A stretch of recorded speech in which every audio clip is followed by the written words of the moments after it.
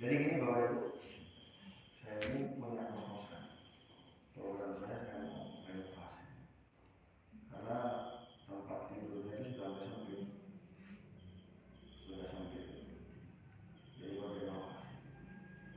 Supaya muatnya lebih banyak. Karena yang sudah perlu tidak dibangun kami dari pemerintah. Kos-kosannya yang bukan dari pemerintah. Mau langsung tinggal di situ. Saya 24 jam kami tungguin, ada CCTV-nya, makanya gratis Pak. Mau Pak?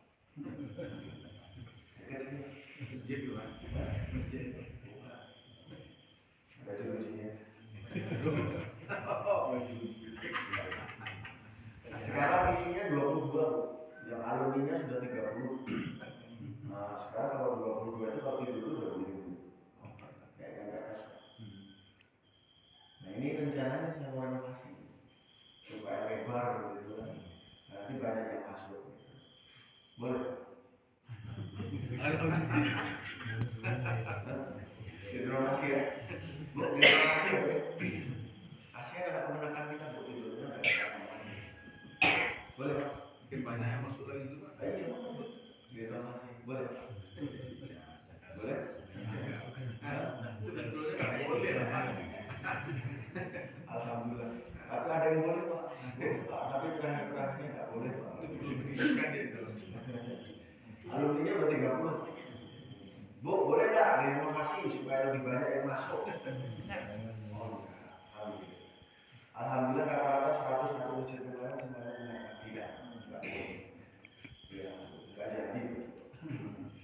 Jadi keberhasilan polisi itu tugasnya itu menguasakan kerjaan dan memudahkan kerjaan.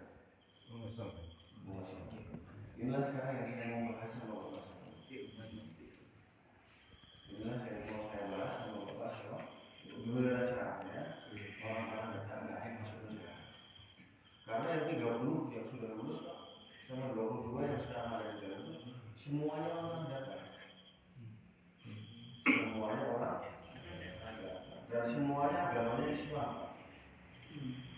Agamanya Islam juga. Dan semuanya bisa ngaji kecuali cuma 2 orang Pak, yang 30 sama 22. Cuma alif bata itu ngaji cuma 2 orang. Yang lain itu ngaji. Nah ini kok bisa? Saya mau ajak Bapak Ibu berpikir kok bisa rata-rata Islam pintar ngaji masuk penjara. Yang kata orang sini Pak, ada bahasa Isyarat, syarat bahasa tapi kok juara satu gitu. Ini kan agak aneh. Kira-kira yang bermasalah ini mana? Apa yang bermasalah? Ini perlu kita selesaikan atau kita biarkan aja? Selesai.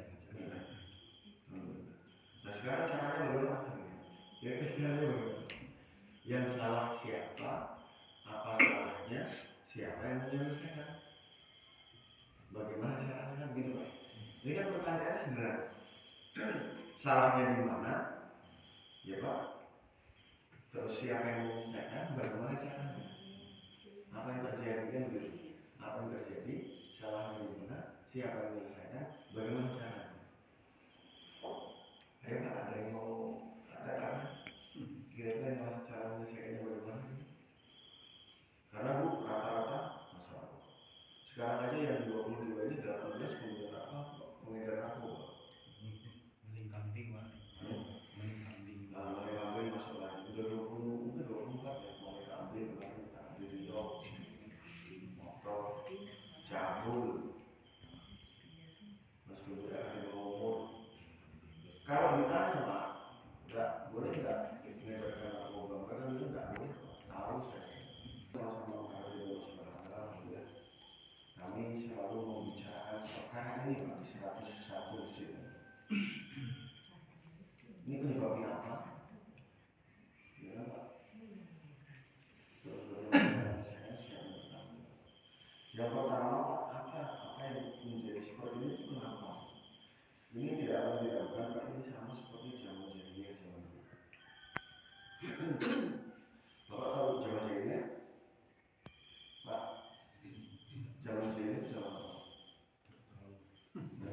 Cerita Cerita bagaimana? Zaman jahiliyah itu zaman apa? Bu? Zaman apa? Zaman apa? Zaman tidak ada aturan. Zaman tidak. Sekarang ada aturan. Dulu itu ada aturan juga. Zaman apa? Zaman jahiliyah. Orang bilang. Ya. Ini mirip-mirip sama sekarang. Yang di kos-kosan saya itu, mereka sebenarnya tahu. Tapi sengaja. Nah, berarti zaman keadaannya adalah zaman hari ini kembali lagi seperti zaman tahu tapi apakah semua orang tahu kalau nggak sholat itu dosa? Mungkin apa mengatakan kepala nggak boleh ditolong sama anak kecil anak SD karena jahil kepalanya ditolong. Kalau anak-anak kita mikir, kamu tahu nggak kepala itu nggak boleh diberikan? Dia bilang, karena jahil, maka ini Pak hari ini penyebabnya itu fenomenanya sama dengan zaman tertentu. Itu zaman jahil. Penyebabnya tidak lain bukan zaman itu karena rusaknya iman manusia. Itu Pak penyebab. Mereka mensekutukan Allah itu karena iman rusak. Maka akhirnya kita sudah bisa mengatakan hari ini berarti iman kita ini sedang dalam keadaan rusak. Dari iman baik maka baik seluruhnya. Kalau buruk dari itu maka buruk. Apa namanya dagingnya Pak? Hati tempatnya iman. Iman itu masuk dalam hati. Karena hatinya rusak, imannya rusak, maka rusak seluruh iman, ibadah, muamalah, muasalah. Kalau imannya baik, ibadahnya baik, muamalah, kerjanya segala macam baik. Muasalah hubungan sesama manusia baik. Imannya baik. Kalau imannya jelek, maka ibadahnya juga buruk. Dan rata-rata Pak alhamdulillah bukti Pak yang 30 sama 20 itu ketika ditambah tidak pernah sholat. Dan selesai. Sekarang saya mau cek sama-sama. Ini kan komplek Pak ya. Komplek kan ini. Kira-kira kalau sholat semua berapa sih? Laki-laki.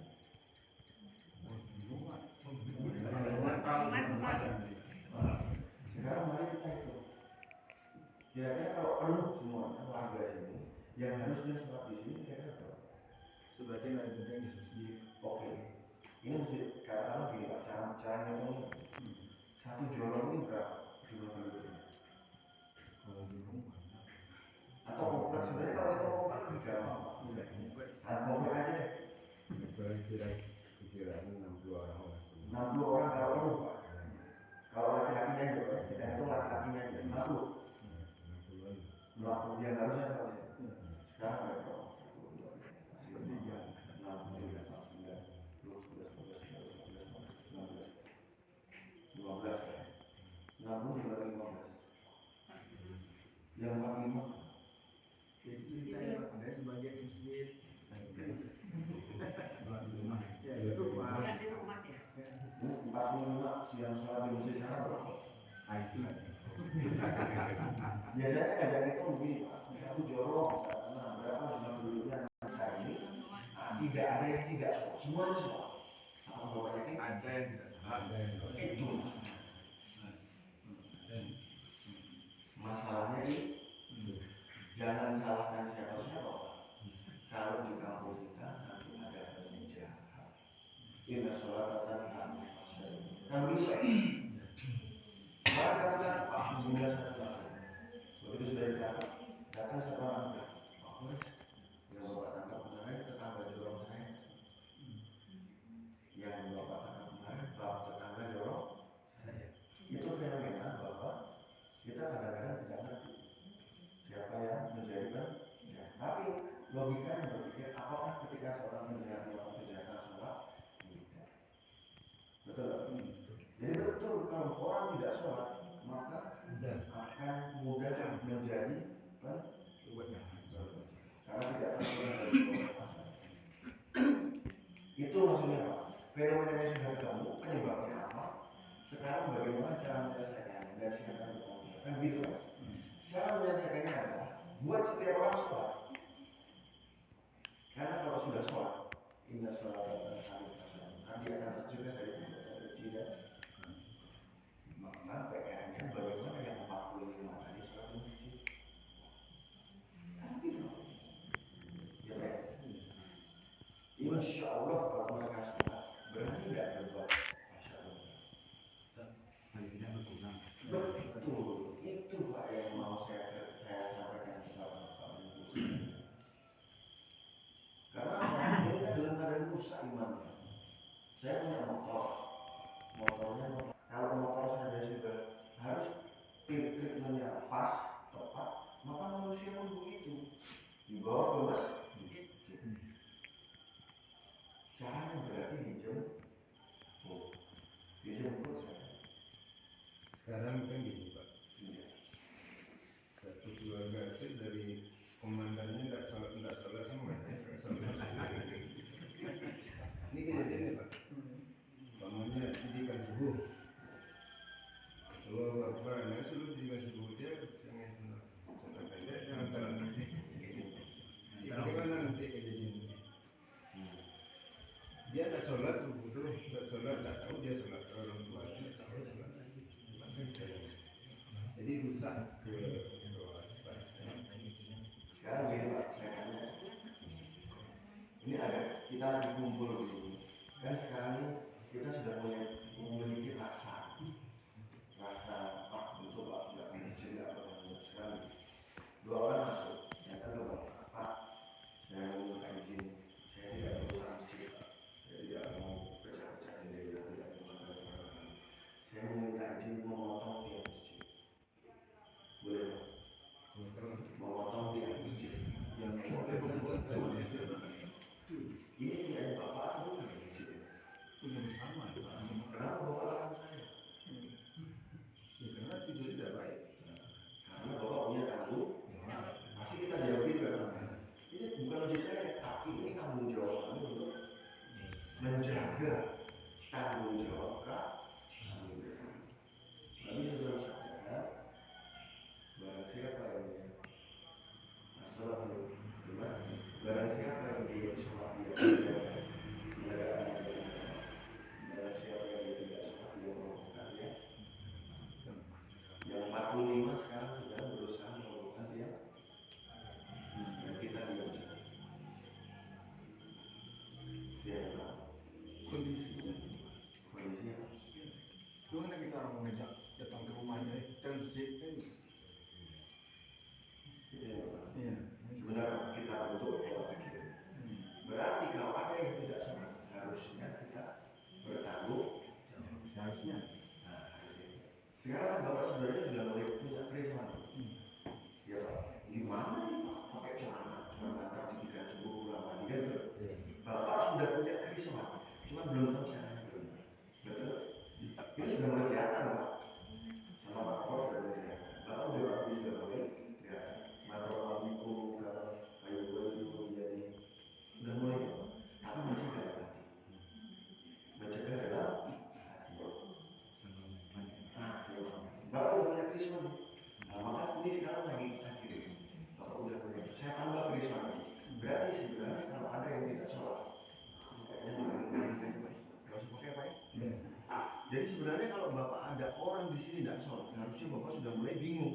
Ini sudah terbentuk kebingungan kita. Bapak udah mulai resah, gelisah. Mana didikan subuh, anaknya aja yang diangkat, dia pertama. Nggak mau. Kita bentuk nih. Kebingungan Bapak ini kita bentuk, kita fokuskan. Yang kedua, sebenarnya orang lihat masjid tidak, lihat musola tidak? Lihat. Tapi kenapa ada seperti tidak lihat? Akhirnya dia datang ke masjid. Dengar nggak azan? Dengar. Tapi kenapa nggak datang ke masjid? Sepertinya jadi orang tuh.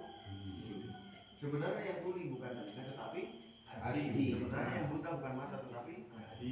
Kalau ada orang buta sama orang tuli, orang buta sama orang tuli duduk di tengah rel-rel api, Pak. Apa yang Bapak lakukan? Ya, diselamatkan. Diselamatkan. Caranya Jadi, bom ditarik, dipindahkan. kalau dibopong ditarik dengan tiba-tiba Pak, dia mukul. Ah, Dia ya. merontak. Kenapa? Karena tidak kenal dengan Ya. Bapak. Betul Pak? Cara terbaiknya teknisnya Pak. teknis ya. Kalau Anda orang buta duduk tengah rel kereta api, kita datang ke sana. Betul Pak? Jangan didoakan. Ya Allah, ada orang buta itu. Bagaimana caranya dia selamat? Jangan didoakan. Doakan, tetapi berbuat. Apalagi dibenci dalam hati. Gimana sih orang buta nih? Masa duduk di tengah rel kereta api? Ya Allah, ini gimana sih? Bagaimana caranya dia selamat? Cuma didoakan sama batin dalam hati. Nggak bisa. Cara paling tepat adalah Bapak datang ke sana. Betul Pak? Jangan ditarik, tetapi dielus dulu. Betul Pak? Karena dengan dielus, dia akan tahu ada orang yang sedang sayang sama dia, perhatian sama. Setelah itu diangkat pelan-pelan. Badannya diangkat pelan-pelan. Betul Pak? Kemudian pelan-pelan dipindah. Tapi ini berarti belajar tak lipat. Iya. Kampar waktu Bisa juga seperti itu kan? Iya. Ya kan kasusis Pak. Kan saya nggak cerita kehidupannya lebih dekat. Punya kita kecuit. Nggak mungkin kita harus paham betul. Iya. Itu nanti terserah Bapak. Saya akan ceritakan lagi kondisinya. Saya nanti akan ceritakan kondisinya. Betul Pak ya? Ya, Itu cara paling. Jadi, mohon maaf, cara terbaiknya apakah dengan kita ini hanya berdoa dan bergumam dalam hati? Apakah kita bergumam dalam hati dan berdoa Pak? Kita harus itu maksud saya. Yang intinya kita harus Nah, sekarang pertanyaannya yang 45 tadi sudah pernah didatangi belum? Himbauan itu Pak, Bapak ada orang buta pakai mic, Mas, jangan ada di situ. Jangan kereta mau lewat. Padahal kita tahu dia buta dan tuli. Kalau ada orang buta sama tuli, kita begini Pak. Halo, orang buta orang tuli jangan di situ. Orang awam yang lain akan mengatakan kita tidak tahu. Kita tahu orang buta sama orang tuli diteriak-teriak pakai mic. Dihimbau-himbau. Mohon maaf. Ini hanya perumpamaan supaya apa? Kita tahu caranya supaya treatmentnya tepat. Itu Pak ya. Jadi tidak bisa Bapak subuh didikan berjamaah pakai WA group. Tidak bisa. Coba lihat baginda Nabi Muhammad SAW. Banyak mendatangkan umat atau mendatangi umat. Itu maksud saya. Dengan penuh kerusuhan betul Pak, dengan doa yang kuat betul, tapi datangi dia.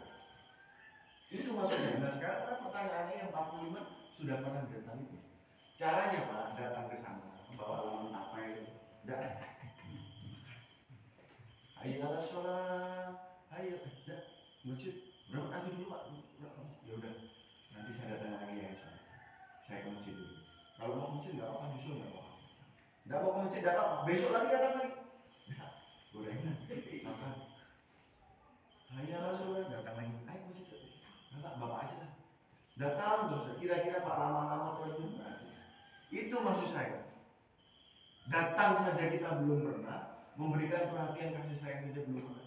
Berapa kali Nabi Muhammad SAW datangi Abu Jahal? Berapa kali Nabi SAW datangi Abu Thalib? Berapa kali Nabi SAW datangi sahabat-sahabatnya? Itu yang belum pernah kita kerjakan Pak. Akhirnya orang tidak mau. Kenapa mau ya? Karena mereka dalam keadaan buta dan tuli hatinya. Pak, kita harus punya kerisauan itu. Jangan sampai satu orang saja tidak datang ke masjid. Itu Pak. Dulu waktu zamannya ini Pak, zamannya Pemilu. Boleh nggak orang Bawaslu sama KPU itu kehilangan satu nama dari DPT? Tidak, tetap saja tidak sholat. Maka dia akan masuk dalam neraka selama 280.800.000 tahun. Hah? Enggak, pakai anak TK aja lah Pak, nggak usah detail. Kalau nggak sholat masuk, Ceritanya seperti itu. ini ketika azan berkumandang untuk sholat berjamaah, itu pasti. Caranya door to door. Kata kau, rafatahna alaihim barakatim minas samai. Kalau seandainya penduduk dalam satu negeri beriman dan bertakwa, iman sempurna, takwa implementasi iman, sholatnya bagus, ibadah muamalah masyarakat yang bagus, implementasi iman yang sempurna, apa yang terjadi? Allah Ta'ala akan berikan kepada mereka barokah minas sama, barokah minas. Apa resikonya? Ada 4 hasil. Nah, yang pertama Abu Bakar. Abu Bakar itu masuk Islam tanpa pikir-pikir. Nggak, sholat ke masjid. Tunggu Pak, sebentar. Tunggu dulu. Masuk masjid dalam. Ayo, untung Bapak ingat. Abu siapa namanya? Sufyan. Abu Sufyan. Abu Sufyan itu orang dia ini masuk dalam Islam dekat-dekat peristiwa Fatah Mekah, Futuh Mekah. Bahasanya kalau tetap masuk Islam tapi terlambat. Bahasanya kalau hari ini masih betul diajak sholat tapi masuk. Enggak, sholat duluan. Nah, begitu kita sholat, selesai. Abu, oh ini, namanya. Assalamualaikum, udah sholat, mantap. Ini nih pendekar kampung, bapak masih risonya tinggi. Kasih tahu Pak, no Pak, rumah no, biru no, nggak pernah ke masjid no Pak, rumah no. Tunjukin apa dia? Cuma Pak, kalau saya titip salam aja. Bapak aja ke masjid, saya nggak ke masjid ya Pak ya. Tiba-tiba Abu, yang terakhir Abu Jahal.